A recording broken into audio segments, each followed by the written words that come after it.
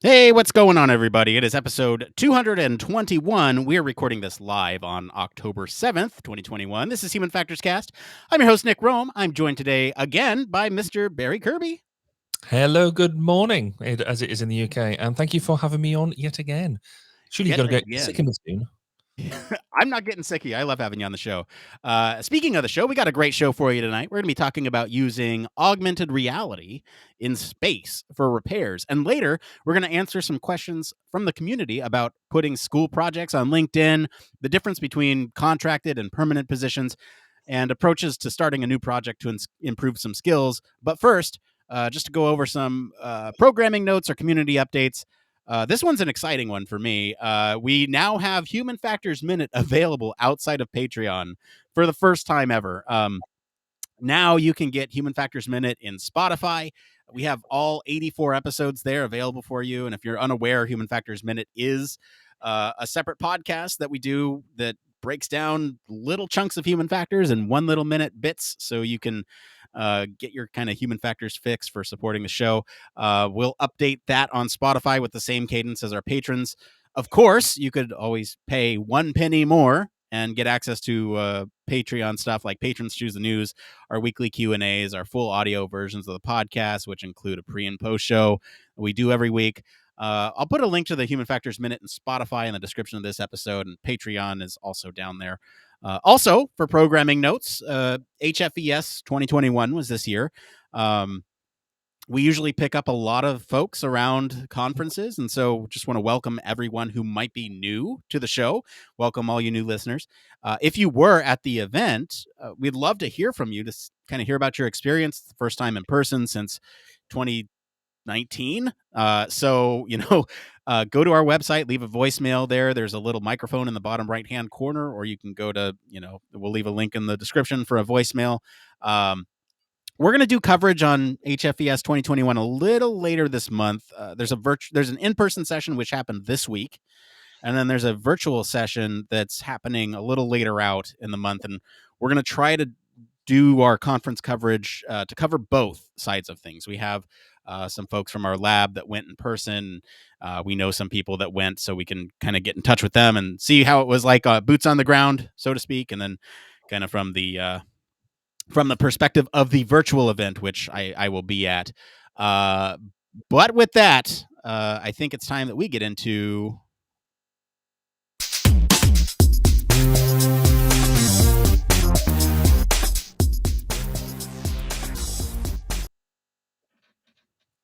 Human Factors News. Yes, this is the part of the show where we talk about everything related to the field of human factors. Barry, what's our news story this week? So this week we talked about the new augmented reality applications that assist astronauts repair the space station. So often communication delays between the ISS and the ground are nearly unnoticeable. But as NASA prepares to explore the moon and eventually Mars, NASA is developing tools to increase astronaut autonomy to operate the spacecraft or systems without assistance because communication delays from the Earth will last longer. So the T2 Augmented Reality T2AR project demonstrates how station crew members can inspect and maintain scientific and exercise equipment critical to maintaining crew health and achieving research goals without assistance from ground teams. Astronauts in this case were tasked with maintenance for one of the space station's crew pieces of exercise equipment, the T2 treadmill. The inspection procedure is typically available as a PDF document accessed on a computer or a tablet, which can be hard to hold whilst operating tools or flashlights or examining equipment in tight spaces. This time, no extra handheld instructions or communications with the ground teams were necessary, since all information was in plain sight. They were utilizing Microsoft HoloLens augmented reality goggles, which had step-by-step guidance and cues to assist the work without referring to a separate screen. These were made available for them to use, and this project kicks off in April 2022. So, what do you think about that? I love any story that has to deal with augmented reality. I also love stories that involve space, and this is a perfect kind of confluence of them. So there's a lot of things to love about this article, and I think we'll break it all down. I think we should talk probably about human factors issues in space and which ones apply to this specific context. Maybe some general background on augmented reality. We talk a lot about virtual reality on the show, but I feel like augmented reality, mixed reality, kind of gets kind of the bucket kicked a little bit, and so we'll do that, and then we'll get into the discussion. But I want to get your initial thoughts on this article. What are you thinking? So I think it's really taking some of these issues that are going to be really pertinent, particularly for the Mars missions. That the really every film you see, every live stream you see from no matter who's launching that link between what goes on in the spacecraft and the ISS and the ground stations is so interlinked that they procedurally that one can't do anything without the ground control giving them permission, giving them giving them that push forward, and also checking and rechecking what they do because it is a safety critical environment. You make a mistake there, and that's a bad day in the office. So That's to putting it have lightly. well, yeah, exactly. So having this sort of technology there that they can test, they can push together, that's going to give them the right sort of cues to do the right sort of job, and basically the actors that second set of eyes, effectively making sure that the procedures are being followed properly and having the right information. That on the first instance is brilliant. Now it's not particularly new in a in that in some respects because there are projects that are going on on Earth that are doing some of that. So seeing some of that applied up there is really really good. The second bit is I think really really cool as well, using that headset and that augmented reality in of itself to basically reduce their workload. They're not having to hang around with PDF documents, a tablet, or whatever. The information is where they want it, where they need it, overlaying the job that they're doing, and therefore freeing up their hands to actually do the job. So on the face of it, you could see that this is actually a really simple thing, but I can see exactly with the way that the space works that this is going to be a real step change in the way that they can carry out their missions. Oh yeah, for sure. So let's actually talk about some of the human factors issues in space, just kind of general issues, right? You mentioned it kind of briefly. They're dealing, especially with maintenance tasks right now. They have PDF pamphlets that might float away from them Very as well, they're yeah. trying to do the thing.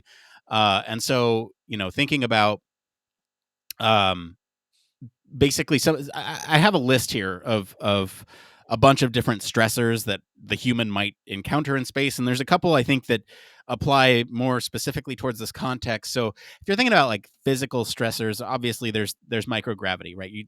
There's the whole navigation issue of how do you move your body and make sure that it is moving in the way that you want it to in microgravity because it behaves differently than you would on planet Earth here. Um, and so there's the physical side of it. There's also habitat. You're in this kind of environment where you might have vibration, noise, and lighting that is distracting in some instances from the tasks at hand, right? And so if you're trying to repair something, you might get distracted by vibration or noise that's happening, around you, and especially because on the ISS, uh, a lot of astronauts have a set plan of tasks that they need to get through in a certain day, and so they might be working um, in closer proximity to you, and their task might it might distract you from yours. So you have that to deal with. You have the psychological stressors of workload. You mentioned workload, especially when it comes to a repair task, right? Managing sort of what comes next, what did I already do, where are all the pieces and parts, and kind of the cognitive workload of actually putting this thing back together. And then you have interpersonal stressors, which generally on board the ISS they select astronauts that will get along with each other. Yes. Yeah. Uh, but I mean, there still can be those issues of, you know, uh, personality clashes, culture, lack of privacy, those types of things. And I don't think that necessarily impacts the task at hand so much, but you do have those issues potentially when you're dealing with somebody from mission control. If, perhaps they are seemingly bossy to you and they're just trying to tell you what to do. I mean, thankfully the vetting process for astronauts is a little bit more rigorous than uh, you know getting a cashier at a grocery store to Yeah. so there's less probably interpersonal problems that you might deal with on that level, but still something that you have to consider. physiological stressors, so vestibular problems, you're moving around in space, and then you have performance stresses, which I think is kind of the big one here, and this is more for things like spacewalks, and Yeah. we can kind of think about maybe what the future of this holds at the end of this, but you have these performance uh, stressors like disorientation, especially if you're outside. Um, there's a big blue marble looking at you, and you have the space station, but that's all you have for cues as to whether you're up or down. You have visual illusions going on, attention deficits, psychomotor problems, proneness to error. And so all these are critical, like you said, mission critical when it comes to repairing things on the space station. I'm glad they're starting with something not necessarily unimportant, but not mission critical. They're starting with the treadmill. Any comments on these stressors in space? Yeah, I think it's. I mean, for me, the two big hitters have to be the microgravity piece and the workload, because when we're talking about maintenance tasks, so there's obviously two different types of maintenance. You've got your just general upkeep of something, but then it's repairing something when it goes wrong. And so that inherently gives you a whole lot of stress, because generally if something goes wrong, you weren't expecting it to go wrong. You're having to fix something. And yes, the treadmill might not be, the most critical key part of equipment, but if they don't get on the treadmill, do their exercises once a day, they lose bone density. And so actually the long-term consequence of not having such a piece of equipment could be quite key. So actually, if they don't, I can just sort of see that having more stress on you, because you're having to deal with bits of kit, and they'll go on to maintaining more critical bits of kit. That could give you a level of workload and stress that you weren't anticipating.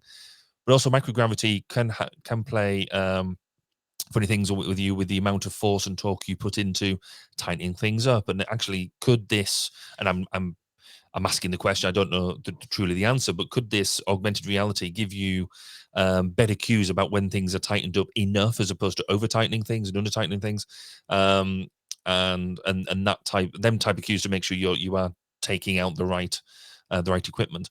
The other bit as well is it'd be interesting to see how the confirmatory side of it works. So it identifies, right, you need to take off this side panel.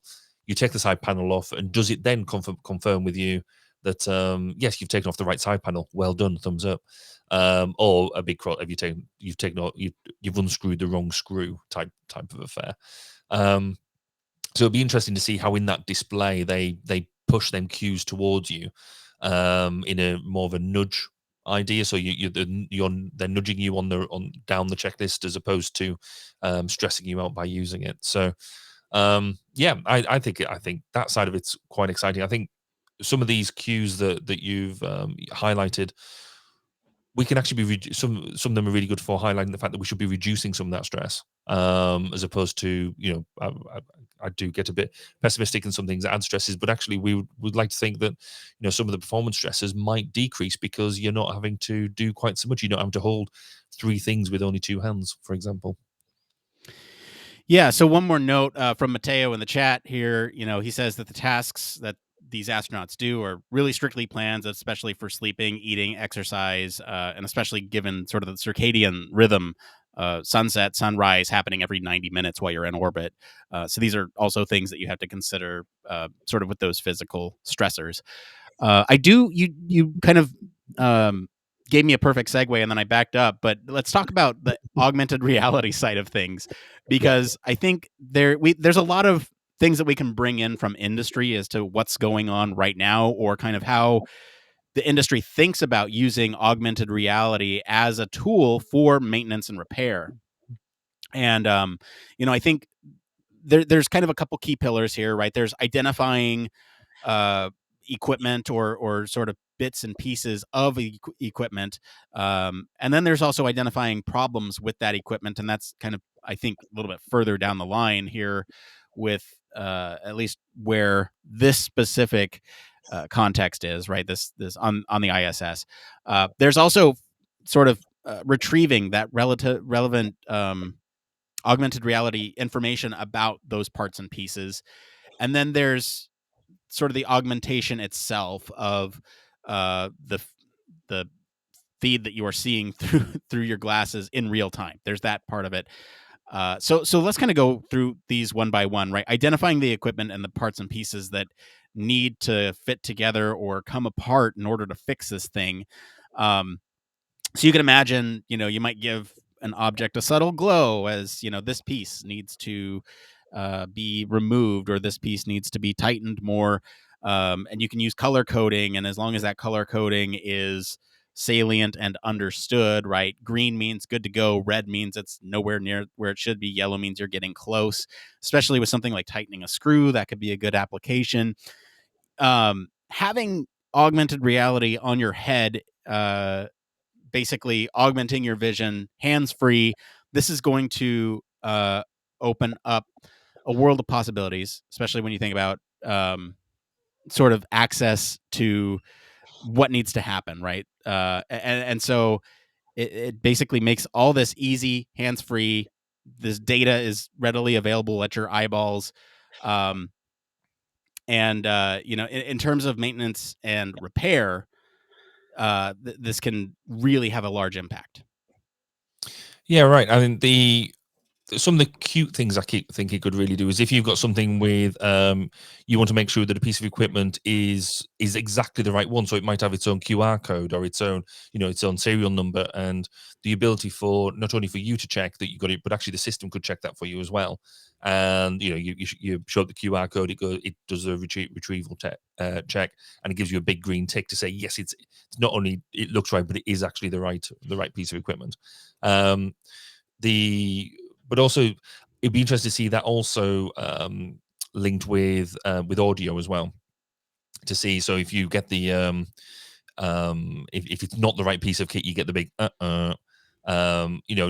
extra queuing, because I think in some maintenance tasks you can rely far too much on just visual cues. So actually bringing some of that together would be really useful, but really making sure that that there's so many errors where the wrong piece of kit or the wrong type of kit is installed, that this could just circumvent so many simple errors, particularly when operators are tired, they've been working long shifts, or repetitive tasks. So there's going to be a huge step change when by using augmented reality for kit identification. Yeah, let's talk briefly about displaying that information too, because you can also overlay perhaps a task list off to the top of the screen, kind of out of the way, that they can reference as like a progress bar almost. So task one, unscrew the panel. Task two, remove the part. Task three, identify the new part. Task four, place the part in and affix. And part five, reattach the panel. And you have kind of this running list of things that you need to do, with checkboxes that say whether or not something is completed, walk you through each step, and maybe it expands and says, hey, here's all the pieces that need to go into this task, right? Subtasks, if you will. So there's a lot of really cool ways that you can display the information. And sort of like these tips or scenario steps, or like you said, voice guided, those might actually be really helpful for trying to do something that typically was just relied on a PDF or maybe even a conversation on a radio with mission control in the past, right? So I think there's a lot of interesting things that they can get from this. Also, you have you can collect data as well. If there's cameras on board, you can see what worked and what didn't, and improve the system over time. And that's more like the data science side of things. I tend to focus more on the human factors application. How do you sort of display this information? How do you make it efficient for the operator? But I think the data side of things is cool too, right? Using QR codes, understand which parts and pieces you're looking at. How do you get that data? Where do you store it at? All that stuff is also problems that you'll have to think about, especially in a isolated environment like the ISS and eventually Mars, right? You'll need some data storage for all that stuff. Um, The other really interesting bit about it as well is, if we get this right, if this gets right, then actually it reduces the training burden upon the crew themselves, because they won't need to train on how to do every little thing. There'll be some obscure things, or things that maybe they don't need to do very often, or really low risk stuff, that they can have a confidence of going up and having a system like this to guide them.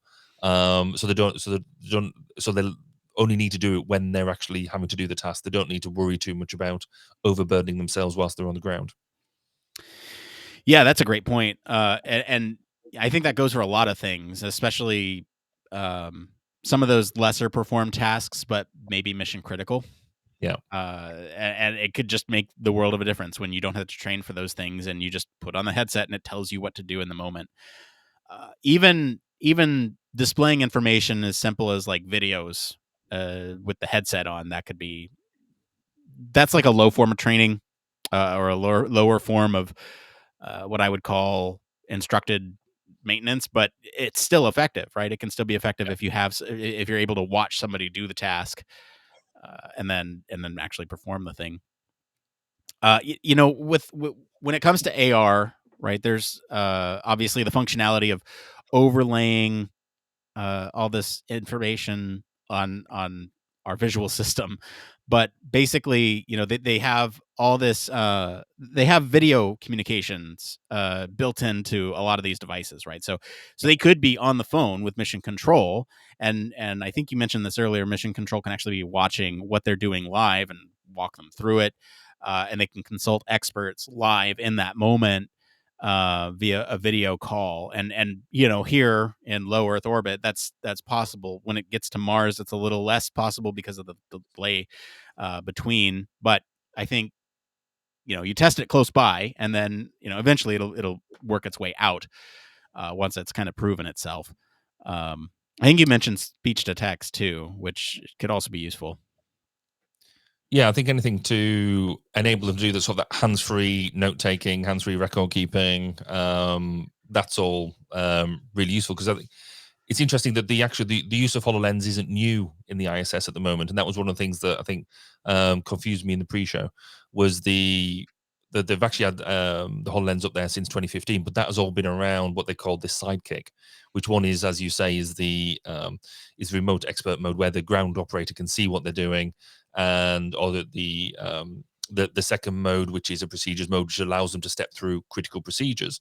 But this particular use of it is the first time they've done it for actual maintenance, which I think it just shows that it's really stepping onto new territory. They're trying to push the boundaries of where this technology will go, and as you say, if we are going to get to Mars, which is certainly, if they want anybody for a Mars mission, I'm definitely front and center, and I'm quite happy to do that. Just as a small advert there. Not that I'm fit enough, light enough, or anything like to do it, but I'm very keen. But if you're going to have more and more essentially novices in space, and the ability to get people and potentially civilians who might have to carry out maintenance or any sort of activities. The only way you can really do that with any sense of confidence is by having these types of systems. So they're going to feature massively as long as the experiments like these that they're doing at the moment proves that they can actually effectively work in that environment. Yeah, those are great points. And in fact, you brought up a good one. Is that the Hololens has been on the International Space Station since 2015, and in fact, we actually did an interview with one of the Human Factors Prize winners from HFES back in 2018, Adam Brawley. He actually talked us through what it means to use the Hololens on the ISS. So go listen to that interview if you haven't already. I will say, taking a step back, let's look at some examples of augmented reality repair and maintenance in industry, right? So you have companies like Bosch repairing automotive vehicles. And some of the metrics around these are really impressive too, right? So you have this 15% fixed time decrease for simple car repairs. You have Huawei repairing DC to AC solar power inverters, reporting a significant decrease in technicians' cognitive load and a service time decrease. Um, and in industry, it's a little bit more challenging because you have sort of these pushback from employees trying to get used to this stuff, but ultimately, it the results kind of show themselves, right? They have uh, good results here, and I think this is the future, and the ISS is kind of a good test bed for this kind of technology. Yeah, it is. I mean, that the employee resistance, I think, is a really is something is a hurdle we've got to get over. I've encountered that with trying to push new technologies into things like the military domain, particularly into specialist domains where you've only got a few specialist operators can do job X, Y, Z. And I think astronauts does fall into that. It's a very tight skill. You have to be a very good fast jet pilot before you go and do it, etc., etc. And where I've seen some new technologies come in and to make people's lives easier, they can have a reaction to, well, hold on, that very complex job was my job, and I'm the only person who knew how to do it. You're putting me out of a job. And actually, whereas really what we're doing is no, it's not. We're trying to help you do, make your job safer. We're trying to free you up to do yet more other things. But sometimes you can get that resistance because you think that you're taking away their specialism, their reason for being. So. Yeah, I don't know how much else I have to say about this. I think it's really cool to see, this move into the maintenance repair domain within the ISS, and to kind of see it really take off, pun intended. Do you have any other things to add to this story before we kind of get out of here and get to the next part? Well, I think the only thing I would say is that if anybody wants us to go and actually go up to the ISS and see this in action, just for the just to make sure our integrity is in the story is right, then please do give us a shout because I'm free this weekend. Yeah, perfect. Exactly. We'll take it to space. I think we got to earn a little bit more Patreon dollars before we can afford a trip up there, though. But anyway, anyway, It'll be fine. huge thank you to our patrons this week for selecting our topic, and thank you to our friends over at Science X Network and NASA for our news story this week. If you want to follow along, you can join me on Office Hours every Monday, where I find these news stories, and we do post the links to all the original articles on our weekly roundups in our blog. You can also join us on our Slack or Discord for more discussion on these stories. We're going to take a quick break, and then we'll be back to see what's going on in the Human Factors community right after this. Human Factors Cast brings you the best in human factors news, interviews, conference coverage, and overall fun conversations into each and every episode we produce. But we can't do it without you. The Human Factors Cast Network is 100% listener supported. All the funds that go into running the show come from our listeners. Our patrons are our priority, and we want to ensure we're giving back to you for supporting us. Pledges start at just $1 per month and include rewards like access to our weekly Q&As with the hosts, personalized professional reviews, and Human Factors Minute, a Patreon-only weekly podcast where the hosts break down unique, obscure, and interesting human factors topics in just 1 minute. Patreon rewards are always evolving, so stop by patreon.com/humanfactorscast to see what support level may be right for you. Thank you, and remember, it depends.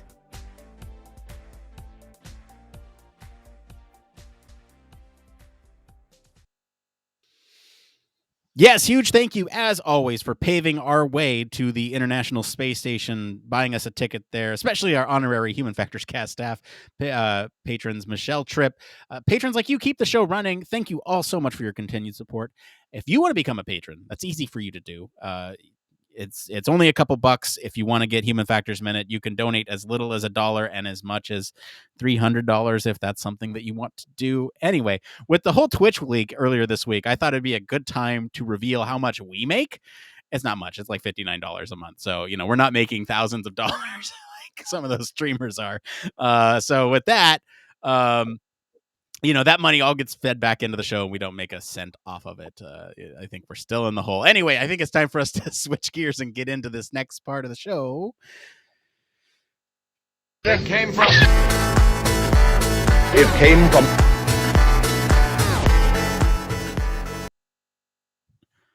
Yes, it came from. This week it's all Reddit. This is the part of the show where we search all over the internet to bring you topics that the community is talking about. If you find these answers useful, give us a like to help other people find this content.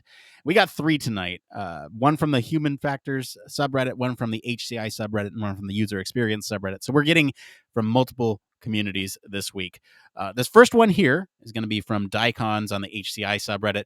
This is how to put school company HCI projects in LinkedIn. They go on to write, hello, I am currently an HCI master's program, and we have been working with 2 major companies in one of my classes. I would like a way to include this in LinkedIn somehow, or by extension portfolio. That's me expanding on that. Is there any way to do this, or is this not good practice? I'm thinking of adding it under projects. Please let me know. Barry, have you dealt with this before? So yes and no. When I've done a project as part of my degree, then yes, I had that was part of I had an external sponsor who wanted to play with that, and so we could put that on my LinkedIn. There's a couple of things to look at. If it was just a straight school project that everybody else is doing in your class and nothing truly makes it unique, I would suggest probably not. You want to stay away from that. However, this has got an external a company involved. So there's an element of they wouldn't be doing that if there wasn't some sort of requirement around it. And so, yeah, put it in there as a project. Don't disguise it to try not to make it more than what it is. So highlight that it's a joint school company project, but also highlight in there as well why you think it's different, why what you've done is a bit more and is worthy. The reason for doing that, I think, is particularly you probably won't have many other projects or examples of your work under your belt at this point. And one of the things that a lot of companies are always crying out for, and it seems to be a classic, and it is a bit irritating if I'm honest, where they want people who've just come straight out of university, but we want to have loads of experience. 10 You years need experience. Yes, but also we want to pay you like you're still an undergraduate. So if you've got experiences like this that have a certain amount of validity, yes, put them into LinkedIn. Put them under the project piece, under the project segment, and maybe even highlight them under some of your career highlights. What do you think, Nick? Yeah, this one there's a couple nuanced things here that I think are important to discuss. Right, this person asks if it's a good practice. I think it can be. The thing I would caution against is if you've signed an NDA that says you cannot talk about this information, you're going to have to disguise that pretty good. I would still say that you've partnered with that company to say that you have that experience, but trying to dance around a specific product that you might not be able to talk about until it's public is going to be difficult. And so there's a whole skill involved with that. And I think there's plenty of resources out there for how to deal with a portfolio that you can't necessarily share, like working with, in a classified domain or working under NDA. There's resources out there. So that's one consideration. Another consideration too is be sure to be clear about what your responsibility on this project was. Chances are, if it is sort of for a class, there's going to be a lot of people with their hands on this, and so the what was your contribution to it might get masked by that. And so be prepared to speak about your contribution when you talk about this work in an interview or on your portfolio. And I think that is a large part of it. In terms of what you share, I would say document everything. Maybe don't share everything. Document everything that you do work on projects with, even if it is just a low level classroom assignment, right? If it's, I don't know, a task analysis on something, document that. I wouldn't share like a task analysis project on LinkedIn as a professional thing, but it's a skill set that you have and you've documented it and you can talk about it in an interview or in a situation where you need to prove your knowledge on something, and just having that repository of skills is always something that I recommend. For example, I still have, when I was in my undergrad, I worked with ketamine and rodents. And so I still have that, kind of in my back pocket. And if that ever comes up, I have that skill set and I know I can talk about it. But it's not something that I publicize, right? It's unless it's in the context of right now. So document everything, because you never know when those skills will come in handy that you want to put on a resume or something like that. Any closing thoughts on this one, Barry? Yeah, I think just to follow up what you said there, we more when people are looking at this sort of thing on LinkedIn, we're more interested in the how, not the what. So I work a lot in defense, and it's a problem I have now. What can I put on my website that we can do? But it's more about the skills and the technologies that you can use and apply. Is the key thing really that you want to get out there. And I didn't think we'd be talking about ketamine tonight. That's brought me out different places. There we go. All right, so let's get into this next one here. This one's exciting, and this one actually comes from the Human Factors subreddit. I think this is a really interesting point of discussion. This is contract versus permanent positions. They write, "Hello, I'm a recent graduate with a Human Factors Master's and a bachelor's in psychology with a research focus. I've completed an internship in medical device consulting, have TA'd graduate courses in Human Factors, and been a research assistant as well. I've been applying to jobs broadly. I recently went and applied to UX research position that was advertised by a prominent laboratory equipment company in the Northeast USA. This was labeled as a permanent full-time position with benefits, 80K salary. Luckily, I was called for interviews. I went through 4 rounds of interviews with the company and received positive feedback at each gate. I was asked to meet with the team today to discuss the opportunity available.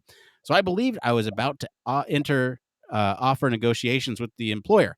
However, upon entering the meetings, I was told that I was a star applicant, interviewed well, and they wanted me on the team with one catch. The position I applied for was now to be filled internally, and I would be offered a contract position until December 31st.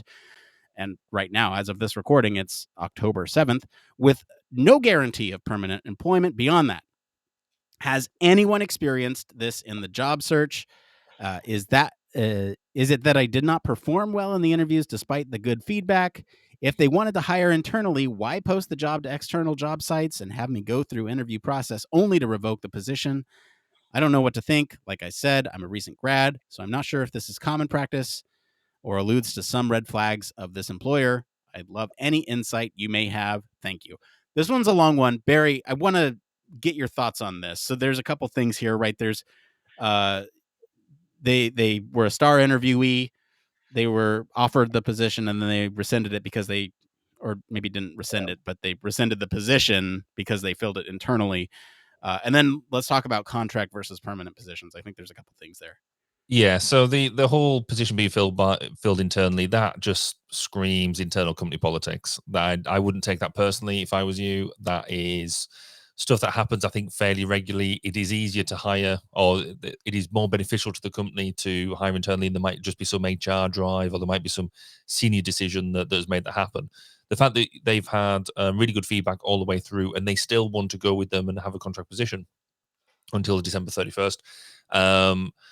That's kind of what they do with that is kind of up to them. I've been in that position myself, and I sort of did it, and I turned it down, and I said, "If you want me, you want me."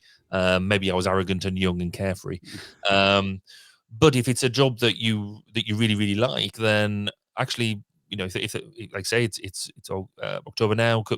Couple of months worth of work to show where that could almost be as good as you or them anyway. It could give you that experience. In the grand scheme of things, no job, even with a permanent contract, no job is worth more than a month's notice. So, there is that sort of element around it. So I wouldn't take it necessarily too personally, and I would leave it really much down to you. Do you want to spend 2 months doing a job that might not lead anywhere else, but it could give you a couple of months worth of salary and some more experiences to take you onto that next role? So that's kind of my thoughts around that. The difference between contract and permanent positions, and I think this has slightly different connotations around the world as well. So I've done contract roles, I've done and I've had permanent roles as well. And certainly in the UK, having the permanent positions, it's great if you want stability. If you want things like your holiday, your sick pay, all that sort of stuff, then that's great. Permanent positions are really good, and they give you that feeling of longevity.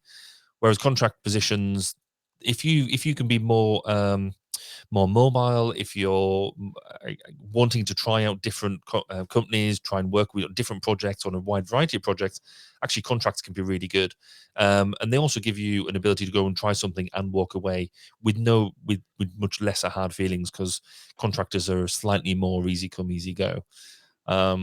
In the UK, we are going through this thing called, which everybody will love if you're in the UK, called IR35, which means that the ability to get contract positions just to do the manpower type roles is much harder. So that is going to become much rarer in the UK. But how does it work over in the US? Is it any different?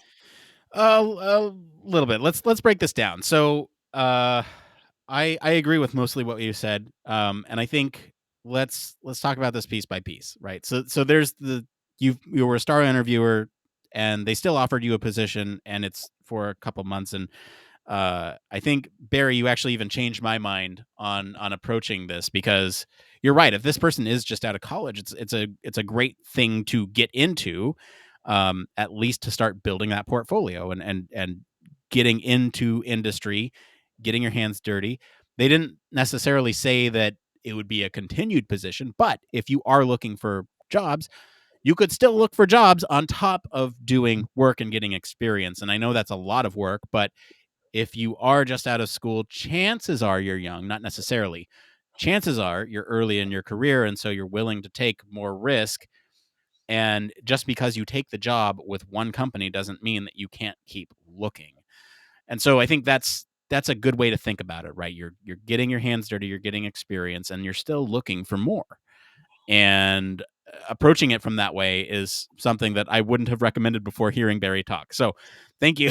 I would have been like, oh, if you don't have time for me, then don't, is it worth it? No. But I think you've changed my mind on that. So let's talk about contracted versus permanent positions. There's a couple ways this works in the US. You have contracts that hire individual contractors. You have contracts that hire companies that have people at them, and then you have sort of these permanent positions. And so when you think about you as kind of a lone freelance contractor, this is the most scary you can get, right? There's not that stability, but like Barry was mentioning, there is a lot of variety. And you could jump from one project to another, sort of build up your experience. And there's sort of the middle step where if you work at a contracting agency or a human factors agency that accepts a bunch of different contracts, you can jump from project to project, and chances are they'll have something lined up for you that matches your skill set and experience that you can then, you'll still bounce from contract to contract, but it's kind of like the middle ground of getting that, the benefits, 401k, all that stuff at a company. It's still a little scary, though, because your business is still driven by your work. Not like it's not anywhere, but there's a little bit more risk involved than if you were to have a permanent position with like a big tech company that has all these infinite resources that they can keep paying people to, come on. Anyway, so that I think is a safe middle ground. And then you have sort of the permanent positions where you're a very specialized role at a company and you're working on the same product for a very long time. It does offer that longevity. And I think it really depends on where you're at in your career. I would say, for early career professionals, I'd almost recommend going to human factors or design agency that accepts a lot of different contracts, getting your experience with many different types of projects in hopefully different industries. But I think just in terms of what I would prefer, I'm at a point in my life now. I have a young child and a wife that depend on me to bring in income, so I'm looking for something a little bit more stable. And so that contract to contract, I've done both, and that contract to contract life is a little bit more risky. And I think we've actually talked about this on the show before, but I mean, as you build contacts, as you make your network broader, there are going to be more opportunities for you. If a contract ran out, there are a bunch of people I could reach out to and say, hey, I need work. And chances are they would have something available or they'd make something work because I know people now, right? And that wouldn't have been the case 10 years ago. So that's something to consider. As you get older, though, you might want to get more in that. I don't know. It does depend, because if you feel like you have more networks and that's something that you enjoy, jumping from thing to thing, then you could totally do that. If you feel like you have enough security, or if your spouse is the primary breadwinner or something, however you want to justify it, right? I think there's it's all a calculation of risk, and that's something that you need to take into account. But I think in this case, you should totally do it. That's anything else? Yeah, it just made. I was just listening to the way that you evaluated where you should do contract, and I sort of did the other way around, because I started off in the big companies, and then after we'd had a third child, and then I decided to go it alone. just because I could after a night out at the pub. So yeah, that was interesting. But the only other small thing nuance with that is, I mean, we're assuming that this company is quite a large company, and I think that this just the whole premise of it says that there's internal politics and all that sort of stuff. If it's a very small company trying to play this trick, then walk away. Yeah. That is that they are trying to mess you around, and they either can't afford to keep you for at least a 6-month period, or they don't know quite what they're doing. So if it's a very small company trying to play the trick, then that would send up alarm bells for me. Yeah, that's a good point. All right, let's get into this last one here. Beginner UX project. This one's by ilovemooose on the user experience subreddit. Hi, guys. I want to undertake my first project and try to improve my skills throughout the UI and UX process. I want to know if you start a project by thinking of a problem first that needs solving, or if you just carry out user research on existing products to identify problems. I'm asking because I have my own pain points with certain apps, but I don't know how I would fit the user research around it, as the problem would be defined already. Um, in the case that I find my own problems, do I first present my personal pain points in the project and then try to justify it through user research? If not, how would you suggest I go about starting the UX project in this case? So I'm sensing a couple questions here. There's one: how do I approach a project? How do I build my skills? And how do I sell what I've done? Right. I think those are kind of the three major questions here. Barry, take it away. I was kind of hoping you wouldn't do that. This is an interesting one, isn't it? Because I interpret this as they are trying to develop their own skills, and they want to be able to have a project, and therefore to use as almost a showcase so that they can do their skills. So fundamentally, you go with what you know. If you know that there's two things you can do. You can either start a project from scratch, and so that would be the equivalent of a client walking in or a customer walking in and saying, "I need one of these. I don't know quite what it is, but I need this piece of this app or this something that does X." And so then you're going to go and do that research, aren't you, into the exploration with the client. And if you think effectively you're the client at that point, start sketching out what they're trying to achieve, what the requirements are, etc., etc. If you want to do something, so that is showing you how you would launch a project, how you take something from scratch and develop something from nothing all the way through to an app or a design for an app. The other part of what's been highlighted is how do you troubleshoot an app or whatever it is. I'll say it's an app in this case. And so how do you evaluate what is already there? How do you get the the user feedback into what other people's pain points are? Just because we as operators, just because we as HF experts see pain points that we would identify doesn't necessarily mean that we're right. I'm normally right, but not all of us as HR practitioners are right all the time. And so it's about that is a different skill. It's a different ability to be able to go and see what somebody else has produced, break it down into things like cognitive walkthroughs, etc., etc. Work out what it is that app was created to do, and does it meet that need? And also has as the focus shifted, does the app was created to do one thing, but does it now fulfill another function, and therefore could be grown in that way. So you want to choose projects, you want to choose them sort of things that develop your own skills. So identify a bit of self-reflection is needed.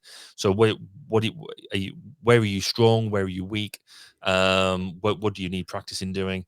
Practice the stuff that it's easy to go and say, actually I'm very good at this, I'll do another one of these, and we'll write that up and look and show how great I am at, say, a task analysis or something like that. Find stuff that you don't like doing. If it's for your own stuff, put yourself into an uncomfortable position, and flex those uncomfortable muscles, because they will become big and strong in the end. Yeah, let's.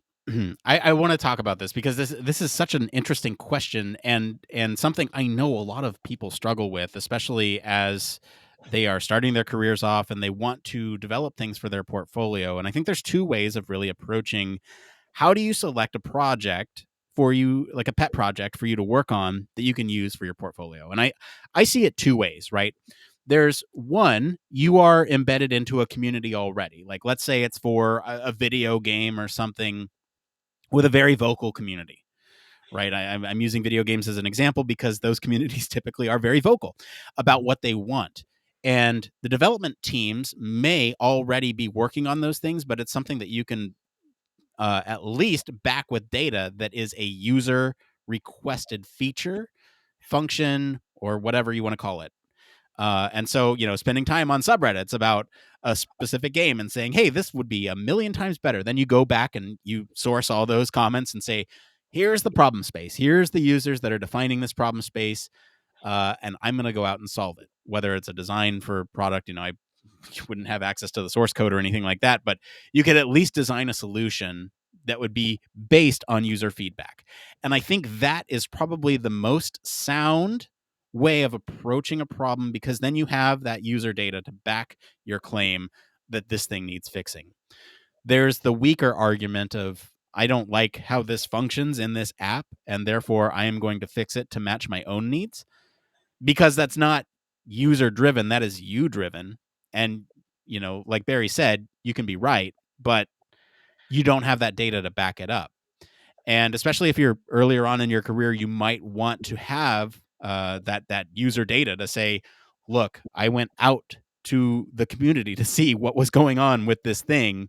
There was a problem that needed solving, and I solved it.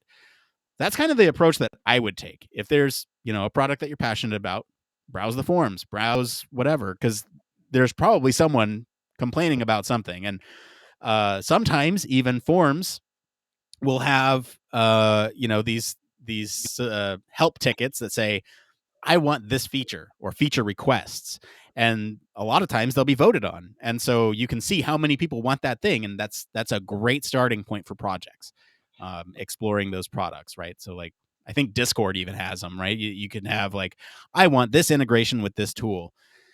What does that look like? Well, you can go out and solve it, or at least what it might look like final product. So I think that's a good way of approaching it. I'm and then talking about your work is a whole separate thing that we've touched on a million times. I think that's a separate question. I don't know. Anything else to add to this one? Yeah, just processes. It's not, again, kind of touched on it earlier. It's not about the output in this case. It's about you having the skills to be able to go through the right processes to show that you've got the experience and confidence. So make it all about that. Yeah, I agree. All right, let's get into this last part of the show called One More Thing. It needs no introduction. It's just where we talk about one more thing. Barry, what's your one more thing this week? Well, last week I had a limb chopped off. Or it felt no. like I had a limb chopped off. It's when WhatsApp and Facebook and LinkedIn and Messenger all went down. And it was really weird because it was the first time I've been away on business in a hotel, since the pandemic, and I was going to a new client site and all this sort of stuff. And I was very excited and chatting to my better half and that. And then suddenly everything started to go down. And it was really interesting. From that perspective, but it's a lot of companies in particular have been using WhatsApp as a primary means of communication. And the amount of, in the UK, we had the practitioners in our National Health Service and things said, I can't talk to the rest of my teams because WhatsApp's down. Or a lot of companies are not having the redundancy in place because there are other communications channels out there that we've come to rely on one group of instant messaging or messaging tools and things together to make that work. The other interesting bit about it was that when it come to light about what had happened is that Facebook used Facebook for absolutely everything.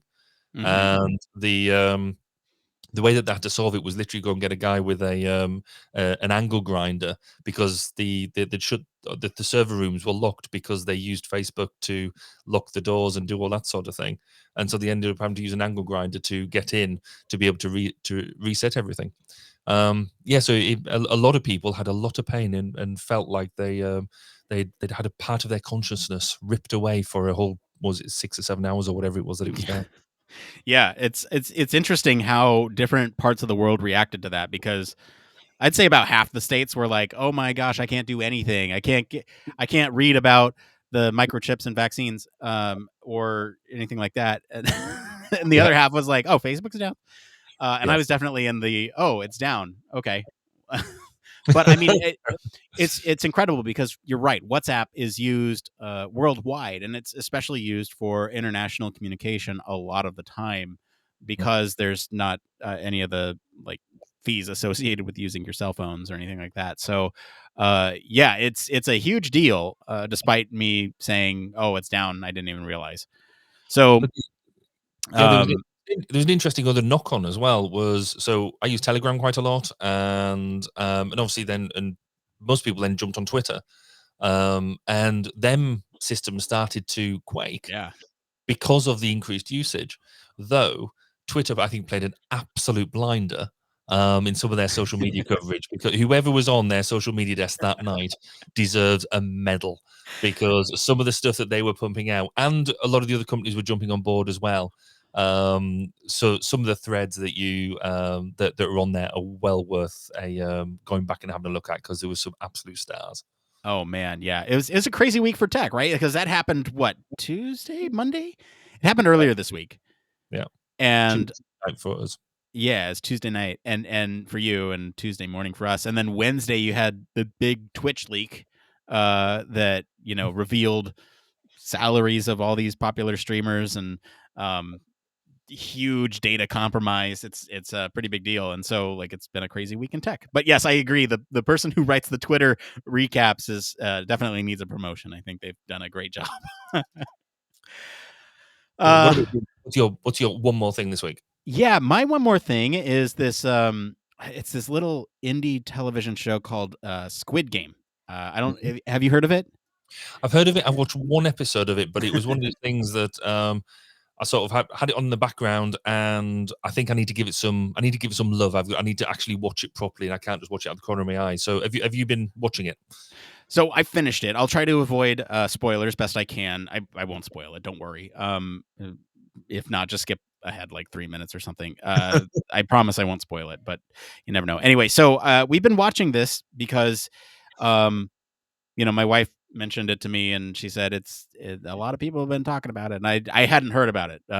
Probably because I had been like off of my news apps for like a couple days, and apparently it's this big worldwide phenomenon. Everyone's excited about it, and I thought it was okay. And there's like a lot of hype around it. I thought it was okay. It was good. And but my wife had given me the heads up. She said it's like a battle royale, and Mhm. Yeah.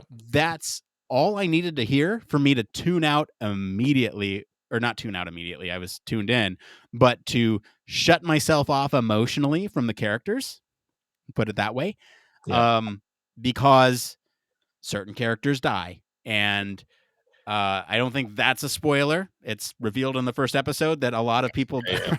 so so certain Spectacularly. people die, and I intentionally distanced myself from those characters from everyone because I was like, if I don't, I'm gonna be an emotional wreck, and and sure enough, my wife didn't, and she was an emotional wreck. Oh no.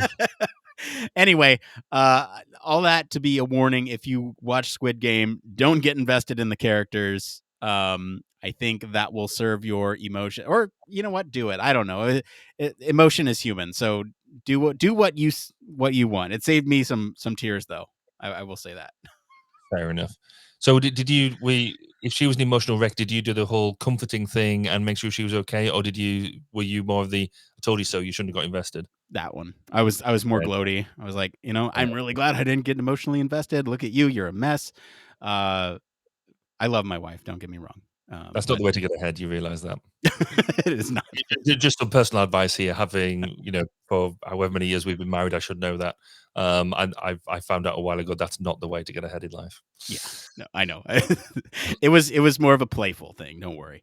Anyway, I think that's going to be it for today, everyone. If you like this episode, we do invite you to check out our interview with Adam Brawley from HFES 2018, where we talked to him about his Human Factors Prize research on using augmented reality aboard the ISS. And comment wherever you're listening with what you think of the story this week. For more in-depth discussion, you can join us on our Slack or Discord communities. You can always visit our official website, sign up for our newsletter, stay up to date with all the latest Human Factors news. If you like what you hear, you want to support the show, you can leave us a 5-star review, tell your friends about us, or consider supporting us on Patreon, or even Human Factors Minutes, now available everywhere on Spotify. It's kind of out there. Anyway, as always, links to all of our socials on our website are in the description of this episode. I want to thank Mr. Barry Kirby for filling in again. Where can our listeners go and find you if they want to talk about augmented reality? You can find me on Twitter at BAZ_K, or you can find me on the 1202 Human Factors podcast and any podcast directory near you. As for me, I've been your host, Nick Roome. You can find me streaming on Twitch every Monday from 4 to 5 p.m. Pacific for office hours, and across social media at Nick_Roome. Thanks again for tuning in to Human Factors Cast. Until next time, it depends.